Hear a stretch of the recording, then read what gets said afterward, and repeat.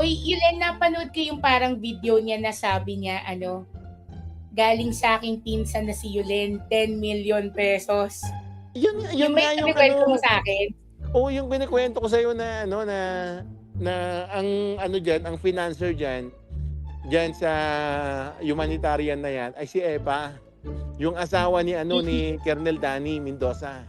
Yun. Yan yung hanggang ngayon nga nakahawak-hawak niya yung cheque hanggang ngayon eh. Nandoon sa kanya hanggang ngayon. As in, yan yung nagsampa ng kaso. At attorney, yan yung pinost mo na mayroon siyang kaso sa Pasay. Siya yan, yung stapa case. Yan yun. Oo, yan yun. Oo, yan yun, yung stapa case sa Pasay. Siya yan, si Epa. Yeah. Yan yung kaso na yan. As in. Di ba parang out on bail din siya ron?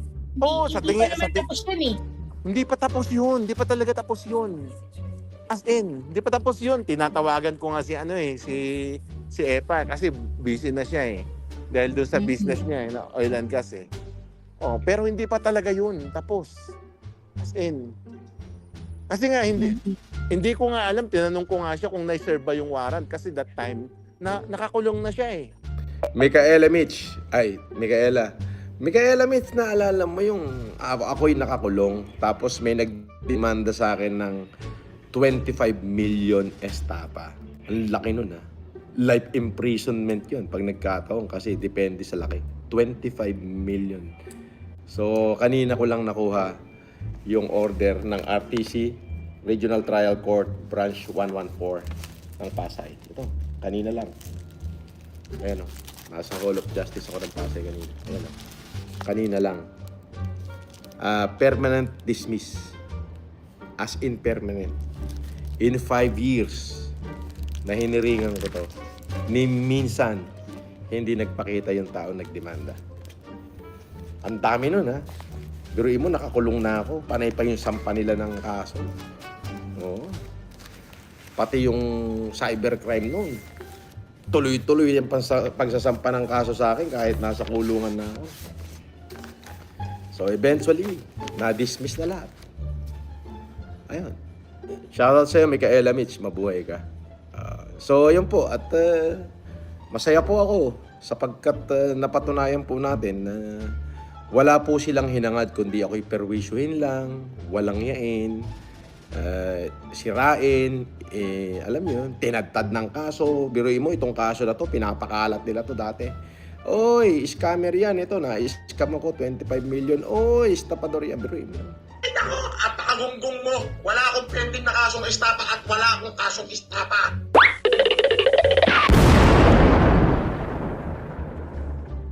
It was at this moment that he knew he fucked up. Nakasuhan po ko ng estapa dahil nag-issue ako ng cheque na hindi po nag-push through. Minsan talaga pagka nauubusan ng pondo, tumatalbog ho yung cheque. Totoo po yun. Pinapakalat nila. Pero nung nagsimula yung hearing, 2 taon kami nag-hearing, hindi siya nagpakita kahit 1 beses. Dahil sa mabigat yung kaso, provisionally dismissed lang ang ginawa ni Judge. And then sabi niya, after 2 years, ipe-permanent dismissal ko na. And then nung after 2 years, humirit pa ng another 1 year. Wala talaga. So ayun. So almost 5 years. Almost 5 years to ni minsan hindi sumipot yung nagdemanda. Yan na ay patunay na talagang before this court is a motion for permanent dismissal with motion to release cash bond dated 19 November 2025 filed by the accused through counsel on November 2022. Meron pala siyang kaso nung na siya. 'Di ba? It appears from the records the case was dismissed provisionally as against the accused in the order dated noong 2022 pala to. Ano sinasabi niyo walang kaso? Sabi niya wala siyang kasong estapa. Meron pala. Dated 30 September 2022 and without any action made from the plaintiff for the revival thereof to further pursue the prosecution of the said case. So hindi na nag-pursue yung nagdedemanda kaya ito na dismiss. Kung kayo ipaaandara na naman na na-dismiss ito, di ba? Dahil walang sapat na ebidensya kasi mamaya yun ang palabas eh. Na-dismiss ito kasi walang ebidensya na ako ay may kasalanan kaya na-dismiss. Nakalagay dito hindi na nag-pursue. Di ba?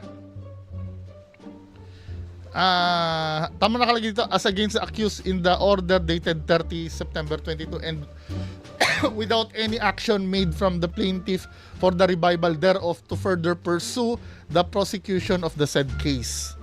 Diba? The provision blah blah blah blah blah.